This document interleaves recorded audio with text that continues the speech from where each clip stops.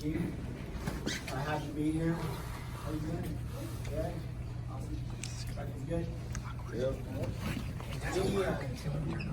He's chilling. Not so much for me. Actually, life is not good. Wife's talking about heading back to the mainland, and we've got one kid already on the mainland, and actually work is not so good right now as well. I'm kind of thinking I might be done. What do you mean done? Huh? What do you mean done? The whole thing. I'm not feeling it.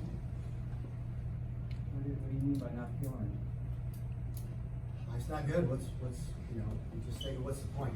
A lot of point. What else is bothering Take him you? off the hook. I appreciate it. Thank you. Life is good. Life is good. She hates the beard. My oldest is on the mainland doing his last year of high school, but she's being proactive. She's not feeling Hawaii. He's a layers kind of guy, boots. I don't know what he's talking about. My wife and I love the warmth. But it's a difficult conversation. You guys have been around for a little bit. What I mean by that is you guys seem to have some seniority and some rank here, and with that goes building rapport with your fellow sailors. With that goes a little bit of maturity and developing relationships outside of work as well. And as those mature, you sometimes have conversations with people who are not loving life. And it's a really difficult conversation. And we're going to talk about it a little bit because people take their own lives. And one of the things we're learning is that there's not all that much we can do except to continue to have this conversation, to talk about suicide, people taking their own lives, to use those words, and to kind of be prepared, have a little bit of a game plan when somebody starts talking the way I was about not having anything to live for, and what you might choose to do if somebody shares with you that information. If they do, it's a pat on the back. You're not going to share that personal information with somebody that you're not feeling you could disclose that to. So although you might be panicking, and I don't know if any of you felt a little bit of a panic as I started talking earlier about what that really meant for this guy up here. So a little bit of a game plan so that you don't do one of these, right? Because a lot of people live, and I've got an office mate, Gerald, was stationed out here in the Marines, did his 20 years, and he lost a couple of people to suicide, who killed themselves, former folks in his own unit, and he lives with the idea like, I just talked to that person last week. Is there more I could have done? Is there more I should have done along those lines? So we'll talk a little bit of a game plan if for some reason in your life you end up in that position. So I'm going to repeat this, but especially folks in a senior position, in a leadership position, modeling that you went out and asked for a little bit of help is extremely valuable. Whatever it is, financial concerns, parenting concerns, psychological concerns. If you kind of tip your hand to junior folks, they'll see that asking for help is appropriate. I know for me that was extremely difficult as a kid. Remember going, had to go to junior college because I didn't go to high school much, but I ended up going to UC Berkeley. And I wasn't doing great, I was doing okay, but there's no chance I would have visited a professor for office hours or something like that. Now, I'm the exact opposite. If I don't understand something at work, I'm the first one to go, wait a minute, let's clear this up. Let me get in the game. So asking for help is something that maybe takes a little bit of practice, but it's very valuable. Junior Sarah took his life at 43, Robin Williams at 63, Kate Spade at 55, Anthony Bourdain. People take their own lives, and it can help, I think, if we just recognize that and talk about it a little bit. We had a yellow ribbon suicide awareness training at the NEX a couple months ago. We put 300 people in that yellow ribbon, and somebody from the Air Force, an officer from the Air Force came out, tried to take his life twice, and he said he was the happiest guy in the shop. No one would have ever known. He never would have told anyone about it. And his takeaways, he was a little bit surprised that he survived, but his takeaway was, What we can do, what we must do, aside from a host of other littler things, is just talk about it. Have this conversation between each other, that people do take their own lives.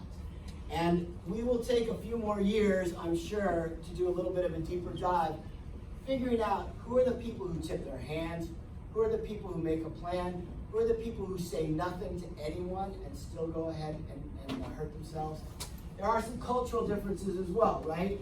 Has anyone, as a kid, been in a family that talked about death, that had a dead body in the home, that was a little bit easier? Anyone come from that kind of background where death was more common, a little bit? So for a lot of others, stereotypical Americans, we didn't talk about death, took the body away as quickly as possible, and kind of in whispered tones, we would talk about these kinds of things. Even if it was natural causes, right? We're so uncomfortable with that conversation. But we're all gonna die. So cracking that may have some benefit. So, stats, in the US, about 1 million a year, 1 million attempts, 42,000 completed. That equates to about 115 a day, or 5 every hour. Females have more attempts in general, males more completions. Daily about 22 people with a military connection, active, retired, dependents, etc. About twice the civilian rate. Men kill themselves more than women, so twice the civilian rate might not mean that the military has a significant, we need to do more research to see if there's a significant problem with the military. The news as of late would indicate that the military has a problem because there's so many. But if you, again, go back to the fact that military is male heavy, maybe it's not that good. So, Navy stats. Among the top 3 causes of death, most occur at home or off duty, not related to deployments. Now, perhaps related to traumatic deployments, but just beyond deployment doesn't put somebody in that category. 60 to 70% by personal firearm.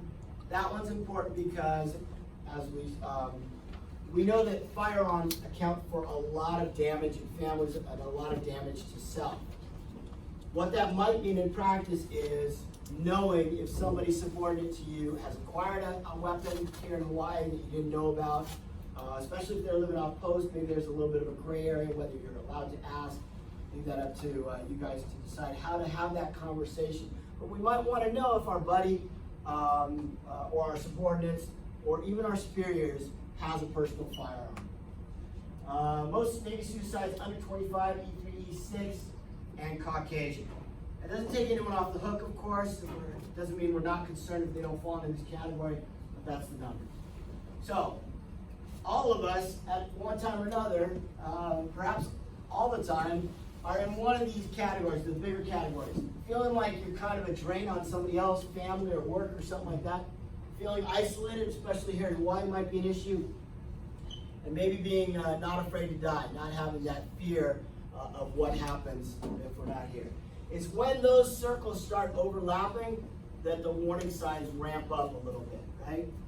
So one of those is I'd rather be dead. If you've got 2 or 3 of these going on, and the feeling is I'd rather check out, I'm done, that ramps it up. If we combine that with a plan or any past attempts, that's really in the danger zone. And that's when, if you self-recognize, you're raising your hand, you're going to somebody you trust, and you're reaching out, because you can, of course, get back in the game, and the number of stories along those lines are very, very numerous. Sometimes people don't recognize, and this apparently can happen very quickly, I'm learning. Somebody who can be right as rain for weeks, and then something collapses, and within a few hours or a couple of days, they can slide into this territory. So it happens, unfortunately, sometimes, not over weeks and weeks, but can happen kind of quickly. Everyone feeling good, right? Wonderful time. Take a breath. Majority offer some warning. Many people do not offer any warnings at all. So that kind of goes back to that, how much responsibility do we hold as a buddy, as a family member, etc. If we hear statements, I'd rather be dead, if I ever see you again, those are red flags. Seeking the means, trying to get access to guns, pills or other objects that could be used. Thoughts and feelings. People are expressing to you, even just once, that things are absolutely dreadful, helpless, hopeless, those kinds of words, being trapped. Those should hopefully trigger a little bit in our gut. Self-loathing. I'm absolutely worthless, I'm a piece of crap, etc. Getting affairs in order. My biological father was very concerned when my mom decided to sell her house. She had no work to do, and she wanted to provide a little help. She's got 6 kids in different cities, and what she's done over the last 5 years was bounced from child to child, visiting the grandchildren. But that selling of the house for my bio dad, his ex-wife, was like, what is going on? That seems to him a red flag. And it can be sometimes, and of course sometimes it can't. This whole hour is murky. There's very few things that I'm going to provide for you. Unfortunately, they're absolutely cut dry. Saying goodbye, of course, is part of that picture. So, risk factors, past challenges, history of abuse, family suicide, or personal history of attempts. Anyone here raised by 2 sober, loving, attentive, 95% honest parents who stay together? You're out. Be honest. So for a lot of us, and I'm guessing there's probably somebody, at least one person in this room, who's doing a 180 on how they were raised, which is good stuff, right? Because we recognize, Gerald was just saying the other day, as a kid he said, I will never do what my dad did, right? And some of us maybe have grown up in that neighborhood, which is great to know, of course, but human nature is we tend to repeat, especially when we're stressed, we tend to repeat what we saw coming out. So if you weren't raised by perfect examples, just know that that can circle back around and sometimes bite you and get you. So combined with current stressors, you guys are expected to put up with a lot of stress. You join the military. But when it becomes the 5th one, the 6th one, and then the car breaks down or you mess up at work, this combination, past plus current stressors, is when the red flags really start popping up, and we want to surround each other, our buddies, with a little bit of support and more, perhaps more services. So, unique to the Navy, you guys are living it, unpredictability of the job, environment, long hours, etc., etc. The list is long. That this isn't working at IBM, right? Stuff comes up. So, what can we do? What's the flip side? What can we do as protective factors? Again, asking for help is a sign of strength. Family, community, sports, coping skills, stress management, problem-solving skills, cognitive flexibility, clinical care, sense of fulfillment, and training, education, and overall awareness. Collectively, this is a long laundry list that hopefully all of us are searching for in our entire lives. We start out a little bit bold. I've got it covered. I don't need anything like that. But as we move along, we start acquiring some of these things along the lines of wisdom and patience and things like that. And so if we have somebody who has very little of these things, then that might be another indication that they could use a little bit more of that kind of stuff. I should have said that I tend to talk very quickly. I worry about that. I rarely take a breath. I do want you to interrupt me, ask questions, and especially if you want to challenge something that was said, please feel free to do that. So, military protective factors, unit cohesion, of course, is going to be big. This is the group that you're around most of your workday, and if life is good in the unit, it does add a lot of protective factors. Belonging, purpose, peer support, strong relationships.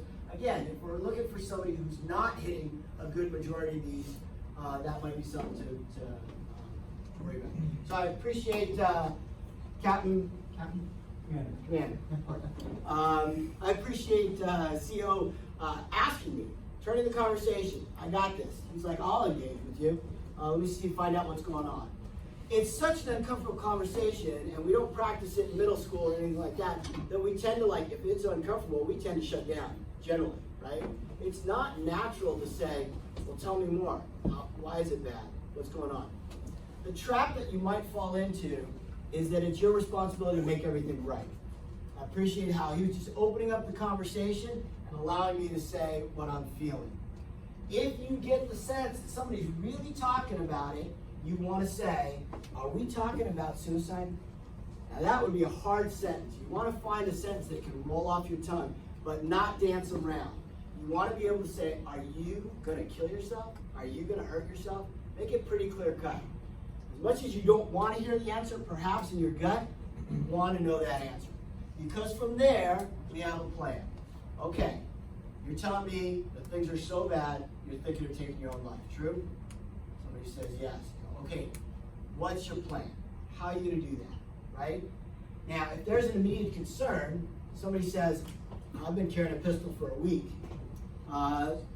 you're gonna be ramped up a little bit, right? Your goal is not to make this person's life great. You're not there to solve their problems with their spouse, their feelings, and all that. Your goal is safe for now. So ask the question. If the answer is yes, or even if you suspect that the answer is yes, let's make you safe for now. And that might entail being right next to that person until you're sure that you've handed them off to somebody who can make sure that they're safe for now. Right? All right, so that's, I make it as simple as possible, because how many times in our life is that going to happen? Right? Maybe not so many, maybe never. What we would want to avoid, though, is not asking somebody who's sucking wind, who's not doing well. If we avoid asking that question, and God forbid they choose to take their own life, then you feel like you missed that one opportunity. So, easy for me to say, harder to do in practice, but ask that person, are you thinking of hurting yourself?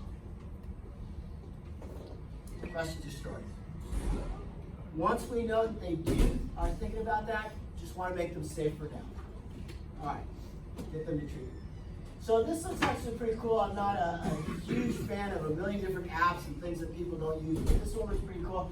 Just an app that has 4 little buttons on it. It might be fun to do. There's a distract me button, an inspire me, relax me, and a coping tool. So that could be one resource that somebody might want to take away. There's a sale program. This is an add-on to somebody who's identified themselves as being potentially thinking about taking their own lives, thinking of suicide. This add-on provides essentially a liaison or a guide to walk through the process and to work with command and leadership as somebody gets back in the game and back on solid ground. All right, so as a review, get and stay healthy and squared away, right? There's a little bit of a responsibility, especially younger generation, to slam those energy drinks and get by on 4 hours of sleep. That is a no-no. You gotta kind of find the right balance. Potentially, even if it means not getting everything done at work, I would argue that there's a benefit sometimes to trying to hit all cylinders. Right, so get and stay healthy and squared away. Be okay asking for help, and be prepared to help others. Stories that might help us all out. Comes better from you guys than from me.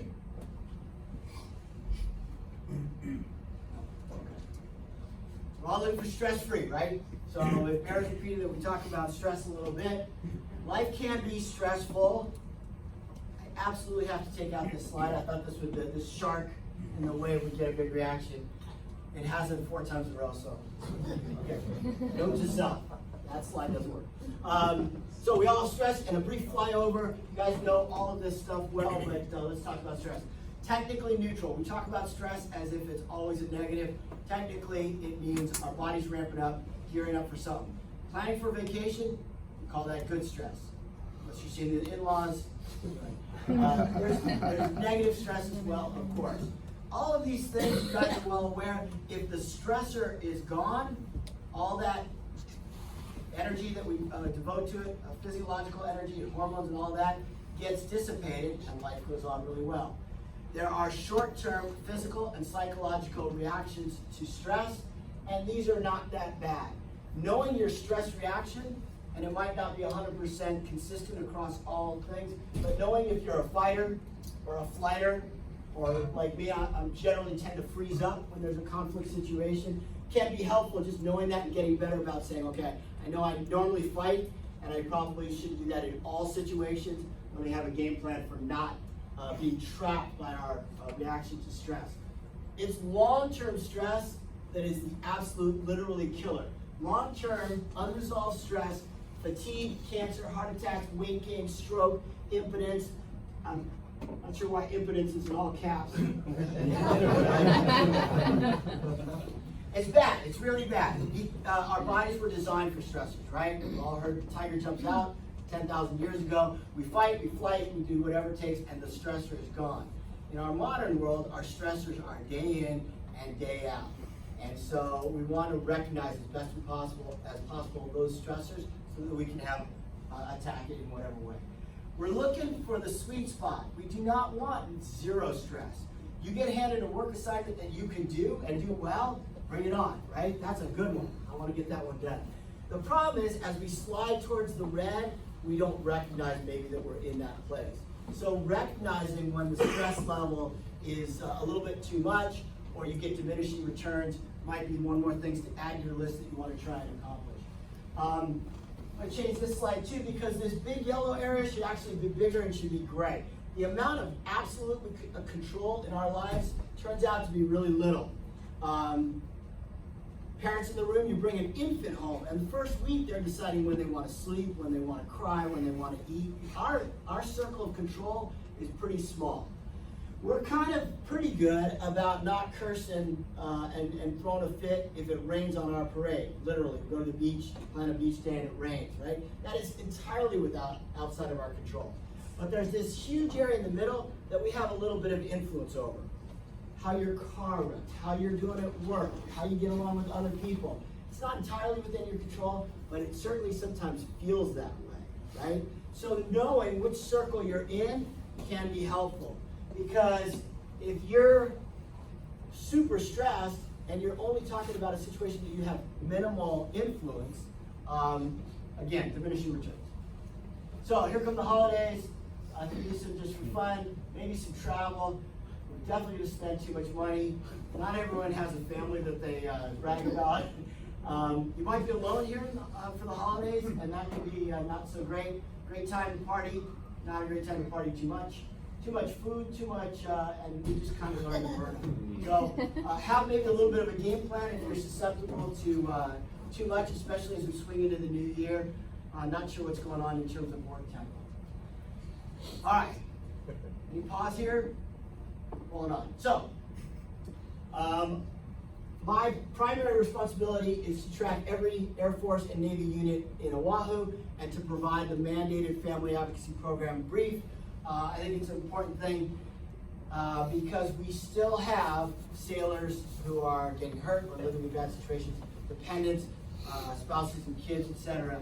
So the numbers aren't huge, right? It's very possible that in your entire career, you're not going to run into a family advocacy program case, a FAP case, right? We're going to talk about domestic violence and child abuse. What a fun morning we have here. Suicide and FAP. Hawaii is, as we kind of touched on, great place for a lot of people. It's not a perfect place for everyone. It is expensive, isolated, time difference. I worry sometimes about brand new sailors to Hawaii who call home and say, work's not great, Hawaii isn't paradise, and folks back home just don't understand. You might have already had this phone conversation. How bad can it be you're in Hawaii? Like, they almost don't want to hear about it. Then you have no support. You got family members saying shut up. You perhaps have leadership saying get in the game, suck it up. So this can be an imperfect place for a lot of people, and it's supposed to be. So we worry about that a little bit. Family Advocacy Program is mandated by DoD and Congress to eliminate abuse, and they essentially do that in two ways. Prevention, which is what we're doing now, and there is a game plan in place that happens after security forces come out to somebody's house or the school makes an allegation or something like that. As clear cut as I can make this whole hour, use for adults, use, attempted use, or threatened use. The take home there is you don't have to put your hands on somebody else to be crossing the line of a person who falls into this category. Current or former spouse, person with whom the abuser shares a child in common, current or former intimate partner with who the abuser has shared common domicile. What does that mean in reality? You tangle with a stranger, that's an assault charge, perhaps your career survives. You tangle with somebody who falls into this category, That's considered domestic violence and very unlikely that your career survives. You can maybe already see a little bit of a gray area. What do we do about dating couples? Our shop is pretty good about saying they have to live together for 30 days. When I was with the Army, they were a little bit more like, is this couple known as a couple? Does everyone kind of see them as a couple? So sometimes, well, it's not going to happen to you guys, but FAP and SAPper, if it's a sexual adult situation, might get together and decide whose lane it is. Domestic violence and child abuse fall into 4 categories. With the adults, it's almost entirely physical, emotional, and sexual. You almost never see adult neglect. Adult neglect is you come out of the hospital, but you need meds every 4 hours, and your spouse goes to Vegas and leaves you at home. That's neglect. So, the 3 main categories for adults: physical, emotional, sexual. I've been calling the physical easy. Why is it easy in my book? Because we on the outside like to judge, right? That one took the swing, that one received the swing, there's a police report, I'm good. That one's at fault, that one's the innocent victim, and we like to have it neat and clean. Fortunately, this stuff is not always that way. These 2 are happening a lot, and our victim advocates and FAP counselors at MFSC hear a lot about emotional abuse. We have some sailors and some family members who are living 24/7 walking on eggshells. This last bullet point, especially folks who don't know, do not try and control a family situation by taking somebody's ID card. That is issued to them. That's actually a crime. You don't want to do that. If it's a kid, maybe you're on safe ground, but an older teenager, definitely an adult, don't try and do that. So this is significant and is considered abuse, even though on the outside we would be like, your spouse called you an idiot? How bad could that be, right?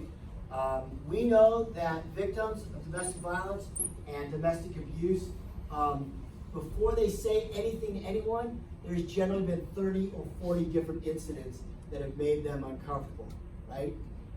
So this is a real deal.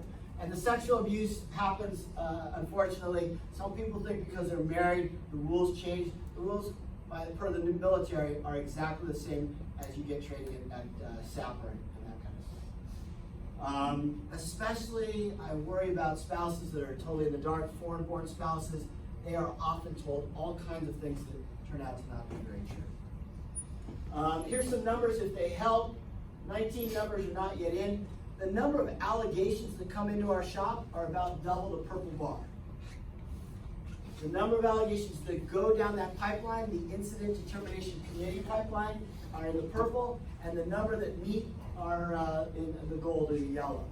You might ask yourself, why send all those cases to IDC to be determined abuse or not abuse if they're not going to meet? Our shop has to, by their rules, send any case that is likely to meet. So the number of stories that come in is double purple. So what that means is, if somebody has a story, if you got a neighbor who hates you and says the kids are running around without diapers in the street, and it's not even true, you don't even have kids, there is a process where the FAP shop is going to decide if there's anything worth looking into. Even if it goes to the IDC, it doesn't mean it's going to meet. Recently I heard about a 9-year-old who was allowed to go to the park. By the rules, or the guidelines, that's a no-no. This case went to IDC, and I think the guy was pretty senior, like an E8, was not found to be neglectful of his kid who went around the corner to the park. So even if it goes to IDC, I want to strongly make the point that the family advocacy program is not about nailing anyone. It's not about hurting somebody's career. It is designed to be entirely neutral and non-punitive. It looks like we've got a lot of physical, but again, I wouldn't take these numbers to heart. I'm confident that there's emotional and sexual abuse still in the Navy and all branches. We just don't know about it as much because it's not clear cut. So what is the expectation? The expectation is that you walk away. Now, don't overuse this. Don't come home Friday night. You didn't buy the beer? I'll see you Monday. I'm out of here. Sparingly, appropriately, right? The problem is when 2 people start ramping up, and you're in that moment, very hard to recognize that 5 minutes from now it's going to go sideways. So easy for me to say, but very tough to do. Still, the expectation is that you figure it out, walk away, and come back when you can make this conflict move forward and not go sideways. Reporting. So this is important and requires a bunch of words. It works pretty much the same way that the SAPR stuff does. Adults, not kids, adults have the right to be in an abusive relationship and not have command know. Adults have the right to be in a bad relationship and not have security forces know. They can tap into services, but they have to do it with a restricted report. The reason it's important is because as a member of the military, you are a mandated reporter for child abuse. If you merely suspect child abuse, you must elevate that concern. As a member of the military in a leadership position, loosely defined, E3, E4, you've got a couple people subordinate to you, that might make you a mandated reporter for domestic abuse, for adult domestic abuse. At the same time, you're trying to build rapport with your buddies and in the unit. Somebody comes to you and says, I don't want everyone to know, let me tell you what happened last night. I'm a mandated reporter. Before you go too far, if you want a restricted report, you got to find the right person to give a restricted report to. Otherwise, it's not my choice whether I elevate or not, right? So, restricted report is a FAP counselor. Anyone with FAP in their title at MFSC can take that report. Or a healthcare provider. If you go to a hospital or a clinic or something like that, the clinician generally will not talk a lot about restricted report. They'll just get one of our victim advocates on the phone and they'll come down and take that restricted report. Chaplains are an excellent resource to spill your guts to, of course, because they are 100% confidential, but chaplains will not take a restricted report. Hopefully they know about restricted reports and guide you to the right person, but they can't do that report. Questions about that? So, if you are in more of a leadership position, not many cases are restricted, and of those that are, eventually they generally become unrestricted. So if you've heard something, talk in the hallways, and you don't know what's going on, that's an uncomfortable position, eventually you probably will be in the loop on these. Restricted reporting questions? No. Our victim advocates do the entire soup to nuts, 24/7. They walk down the entire path. I would not call this number first. I would call our regular business office number, and I've got that later on in the slide deck. This is the 24/7 after hours number. The reason I say don't number.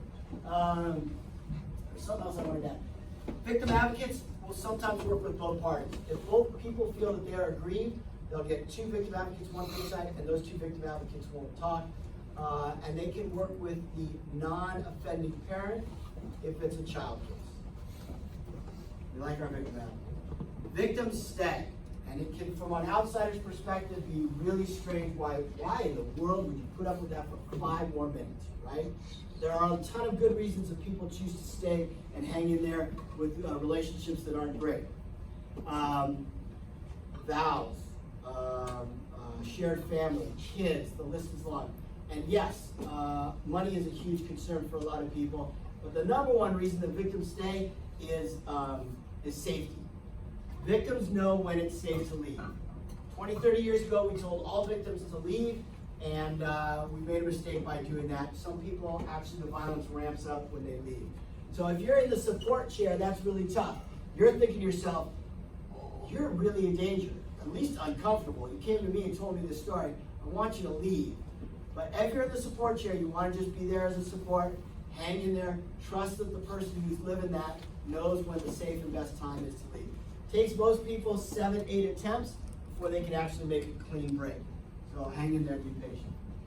Switching gears to children. 3 things that we do to kids are physical, sexual, and emotional. Not taking care of our kids the way we want, we would expect, is the neglect. The military offers very little help on how you're supposed to raise your kids. The entire playbook is reasonable in manner and moderate in degree. Where that is right now, you leave a mark that lasts for more than a couple hours, you flirt with crossing the line. You leave a mark that lasts for more than 5, 6 hours, especially not on the backside, you're very likely crossing the line. We're not going to get into a 3-week discussion about what is appropriate with our kids. That's where the line is right now. I worry, here's some stats on kids. These are the first 3, physical, emotional, sexual. Again, unfortunately, I don't think this is a true picture of what's actually happening in the world. I think the emotional and sexual abuse are higher than that. but it's harder to document and demonstrate that. All of these on the right-hand side are different kinds of abuse, not watching your kids, exposure to physical hazards. That's, you've got such a filthy house that your toddler who's not walking yet is crawling around in cat or dog crap or sometimes human crap or whatever. Knives out, etc. Educational neglect, neglect of healthcare, and deprivation of necessities. The little guys get hurt the worst, and the high maintenance kids, the kids who have special needs, get hurt the worst. So if you're tracking a family that's doing only okay, and oops, now they're pregnant, and the little infants, unfortunately, oftentimes take it worse. They don't talk, they don't walk, they're almost never not with mom and dad, so they're outside of other people's eyes and ears. Once the kids start going to school, getting resources, the numbers seem to come down a little bit. They ramp back up when they hit the teenage years. We gotta look at ourselves. It's not some stranger in a trench coat that's abusing our kids. That's always really difficult for me to say. I'm a very trusting person. I encourage my kids to be trusting. The one thing that I think I did that might be the only thing that we can do with our kids is tell them that they have a right to say no. I mean, you know, there might be religious leaders out there, coaches, stuff like that we think are great, and we want our kids to hang out with them. But if the kid gets that feeling, we do want them, even if they're wrong, to be able to say, I want to back away from that. Aside from that, it does, you know, I worry that this kind of brief makes us hanging out the windows, looking at our neighbors and stuff like that, and I don't want to turn anyone towards that. But it's the reality of the world we live in, so being aware is helpful. So, also, if you're tracking a family that's not doing well at the top, and they tell you the kids aren't being effective, it's very likely that the kids are being effective. So bring that family closer to you, provide support, because the families that are fighting, drinking, have financial issues, it's likely that the kids are suffering in some way or another. Please. You guys ever track families that have children that are not, in the sense like the biological parent not being there, and then the spouse is now remarried, and then that abuse coming from someone who's not the biological parent, mother or father? Yeah, so I don't think that I've read anything that I would feel definitive about saying. Families that have divorce, maybe we could generalize, please don't be offended anyone, maybe we could generalize that goes with other additional problems, maybe not being squared away at work or having financial issues, perhaps. We do have a lot of folks who think that the new stepmom or the new stepdad is doing something, and we get some allegations along those lines. Sometimes those allegations are true, so I'm not sure if I'm really adding anything to that discussion. We don't track it enough to be able to say anything I think that would be helpful. Yeah. Just because a family split up and there's a new mom or dad, I don't know if that's, for me, necessarily a red flag. I see dad of the year. Others might see a neglectful dad. I love that guy. So,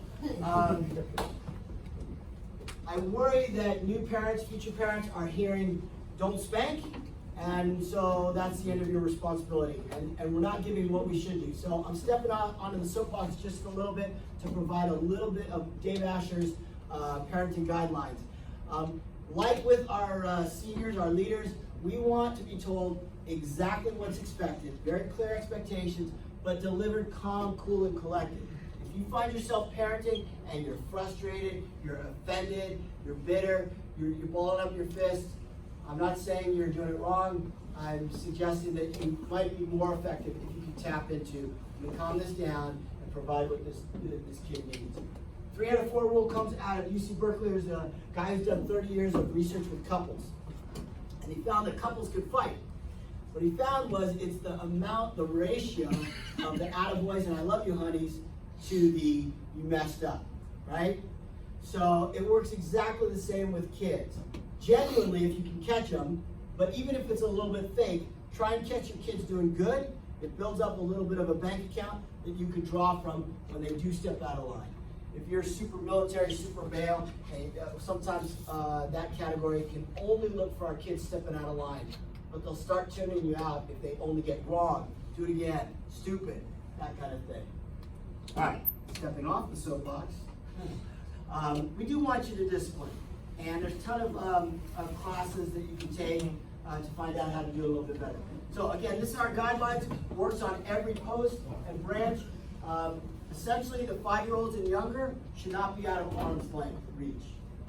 6 to 9, as long as you can hear them or see them, is okay. So the kids can be in the backyard, you can't see them, but you can hear if there's a problem. It's when, I don't know about you guys, but at 6, my little sister was walking 15 blocks to school by herself, and that might be the culture that you came from. Why would you not send the 8-year-old to the park? Military guidelines are, they've got to be 10 before they're out of eyesight or earshot. And then 12 to start babysitting, to being left home alone for extended hours, and the list goes on. The caveat there is if they're ready. And it works outside the gates too. Can a 6-year-old be left home alone? Depends. Does she grow up on this street? Does she have family members on both sides of the house? Does she know how to use a cell phone? Are you going to pick up the cell phone? Maybe we all collectively would say, okay, that could be safe enough. We leave a 14-year-old home to babysit? Not if this kid has special needs, and we all would agree, not appropriate to leave that kid home. Questions on that, guidelines? This might get you a FAP case, but it wouldn't get you a MET criteria case, potentially. This is new to FAP, and just very briefly, if your kid and the neighbor kid decide to take off all their clothes, don't panic. Very often that's really nothing to them and not significant, even though you're a little bit concerned. Guidelines are coming for how our FAP counselors would handle these kinds of things. This does not have to go, my recent understanding, this does not have to go to the MPs, to the security forces. So that's why I always encourage call FAP first, and they'll tell you in what order to call child welfare services if it's a kid case, command, or security forces. All right. So, past combined with current stressors is red flags. Everyone in this room is a mandated reporter for kids and at least an expected reporter for adults. If it's right now, you're calling 911. After that, again, here's your first call. 474-1999 is the MFSC number, and they will get you to a victim advocate. After hours, this number will give you the after hours number. Child Welfare Services wants to hear from the person who saw or heard something. So if somebody reports something to you, you might want to grab them and say, we're calling Child Welfare Services, and you got to stay with me and make that call. Hard calls to make, right? In our entire lives, we're not anxious to make these calls. The person on the other end of the line takes these calls all the time. Like calling 911. 911 operator is cool because they're going to walk you through it. Victim advocates, Child Welfare Services, etc. They'll walk you through what needs to happen. And sometimes the answer might be nothing. So please err on the side of making that call. So for seniors in the room, be a model for the behavior you want. Adopt a family, not just a sailor. Normalize getting help. Ask about firearms. Support the FAP process. So I think what it can feel, of course, if you were involved in a FAP case, like the crosshairs are on you, like you're being accused. Well, it can feel punitive. I want to stress that the FAP process works really well, as if we can see it as something neutral, and they are there just to get this family back in the game where appropriate. It's leadership's role to decide if there's punishment or what happens down that way. Questions on that? So this slide, by the way, we are asked specifically to train seniors enlisted, E7 and above. I never questioned that up at Schofield. I started questioning it recently. I cannot find any other briefing or GMT or anything like that that is specifically for seniors. So I came up with this list on my own. Seniors in the room, you might ask yourselves why Family Advocacy Program is singles out that your category and what we can do about it. So here's some instructions. Why do we have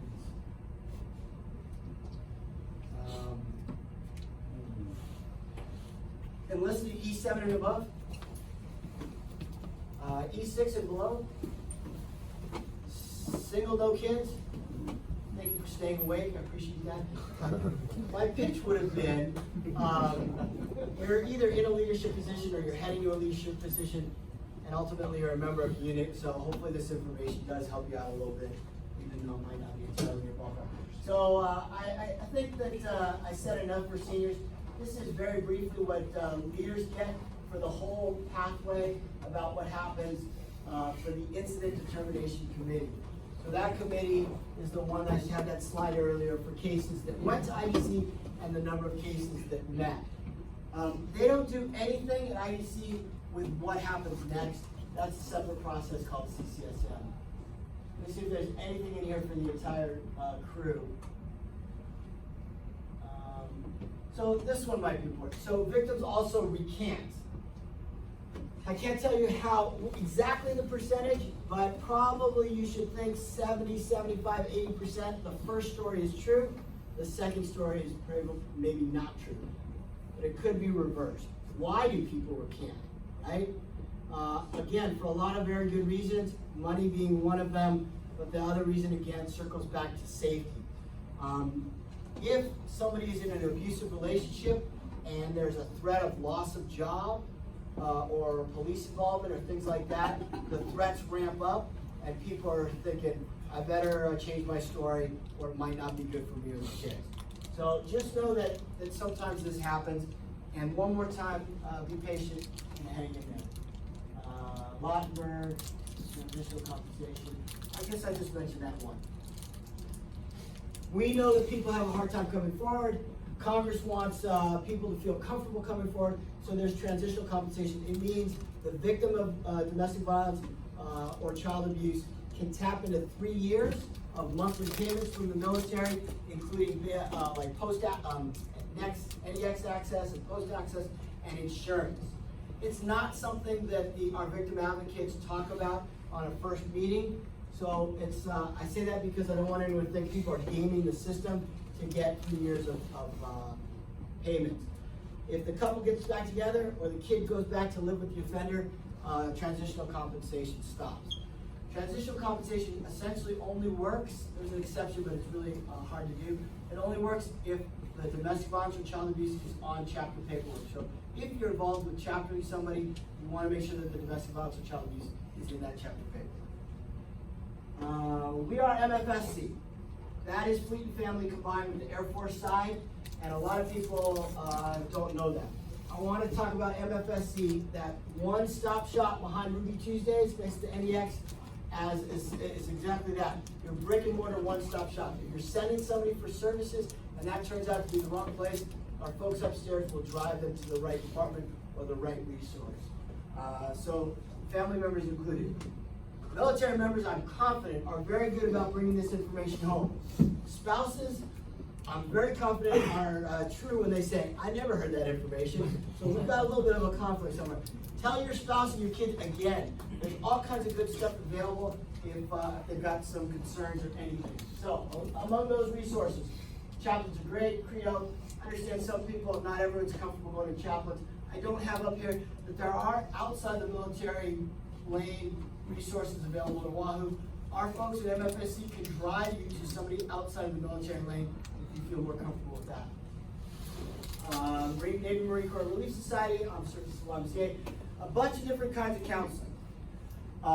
The best first counselor that you can go to is your MFLAG. You can find an MFLAG and somebody in your safety chain or a chaplain could probably direct you to an MFLAG. These people do not take any notes. They do not report to the chain. If your name wasn't on your chest, they wouldn't know who you are, and they can meet you just about anywhere. MFLAGs are really user-friendly. They are only for kind of that first garden variety issues. Depression, sleep problems, relationship issues, etc. When would you ever go to a counselor? Younger people are feeling much more comfortable going to counselors. If you're not entirely comfortable going to counselors, my recommendation is if it interferes with your life and it's not getting better on your own, that's when you might consider going to a counselor. If it interferes with job and enjoyment, go to counseling. Counseling based on the relationship. If you get paired up with a counselor and you're not feeling it, it's no fault of that person or yourself. It's the relationship. Kick them, find another counselor, and find eventually somebody that you can feel comfortable talking to. Friends and family are okay. but we're kind of burdening them and they're wanting to fix things. A chaplain or a counselor is a neutral party that can really do a deeper dive on this stuff. We have a host of things in MFSE, including EFMP. You are obligated, if you have a family member that has special needs, to sign up with EFMP. You have no obligation to do anything with them. They can grease the wheels. Financial counseling, that's a huge stressor in a lot of people's lives. And we've got a host of and new financial counselors coming on board. So you shouldn't have to wait more than about a week and a half before you can see a financial counselor and get a game plan in place. And any kind of transition to Hawaii, from Hawaii, into the military, out of the military, we've got folks who can help. We have a volunteer coordinator. I think there's 2 people who work at MFSC who started out as volunteers. Hawaii is a very tough place to find work for spouses, so has the resume and may lead to work. Volunteering is great. So, 3 ways to get help, right? Calling, clicking, or going into the brick and mortar. The other one that I would say is Military One Source is trying to do a really good job of being that one source online, and they seem to do a pretty good job of having a big picture and access to a lot of resources. So keep that in mind. MFlex will not call you back if you just call them. You got to leave a specific message saying, "This is so-and-so, I want you to call me back, here's my number." And they're often in a meeting, so they might, it's likely that you might not get them on the first phone call. 2 classes that I want to highlight. Daddy Boot Camp, we're starting up again in January. Dads who have been through Daddy Boot Camp come back in with their infant kids, so future dads get to see and ask questions, sailor to sailor, military to military, about what that whole daddy process is like. New Parent Sport is one of the very few departments that will come out to your home, completely voluntary, for any family that is pregnant or has a 3-year-old, even if you've got older kids, and they will provide as much or as little support as you're looking for to help out. So, year-round, firing on all cylinders. If you're doing 4 or 5 of these, you're pretty good. You might want to start with seeing a healthcare provider. A lot of emotional issues are actually masking stuff that's changing in our health environment. So check with a doctor first before you maybe proceed to some other stuff. Healthcare provider counseling. Improve your diet. Reduce the number of monster drinks. Look at your sleep routine. We are realizing that people, as you know, we like to talk about how I went all week with 4 hours of sleep a night. It's really going to find some diminishing returns. So look at your sleep routine. You might not be an 8-hour person. Everyone else is doing great with 8 hours. You might need 9 or 10, and if that's true, know it. Input from others, positivity, spiritual connection, etc., etc. You guys get hammered with this kind of stuff a lot, but if there's one up there that you're not doing that you might add to your list, of course you want to do that. So, based on numerous studies, moderate fun exercise, especially outdoors, gratitude, journaling, anything that you can do to externalize what's going on internally is helpful. That means music, painting, sculpture, whatever. Studies are very clear, that's good for us. Random acts of kindness, even forced laughter has been proven to be very helpful, and quiet introspection, whichever style or kind appeals to you. If you make these a part of your weekly routine, live longer, be healthier, and have more meaningful relationships. One more time, I barely took a breath. I appreciate what you guys do. You might want to take a picture of that, or I have hard copies of my business card. I'll stick around for a little bit if anyone has any questions offline. Any stories come to mind on how we can all help each other out or improve this situation? I mean, mission first, of course, but maybe there's more we can be doing. Some little wiggle room out there. Happy, healthy. Drugs? Cheerios. Cheerios. She didn't say drugs.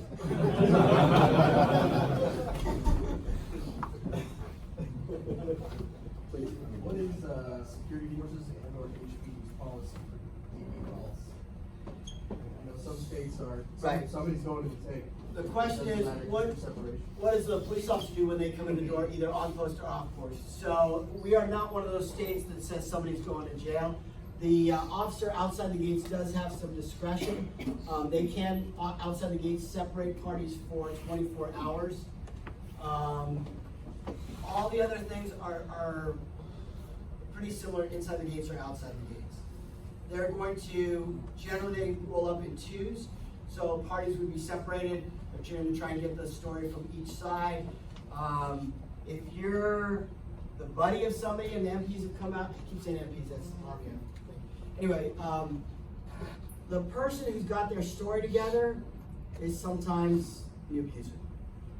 Victims notoriously are agitated, crying, their story doesn't line up sometimes, which makes it very tough from an outsider perspective to know who's saying the right things. And you know what? I mean, I just heard another story the other day about an officer who was absolutely squared away at work. And this guy, the story was he went on deployment and left his 16-year-old home alone with a 10-year-old. So, head scratchers, right? So it might not always be, the person who at work is demonstrating that things aren't great, unfortunately. Worry about everyone.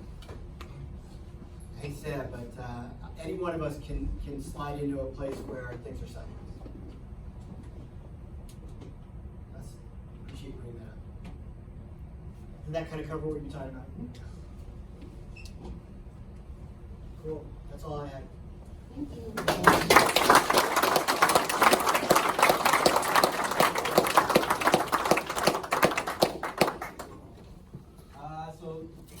Thank you, Dr. Asher. And we're going to take a quick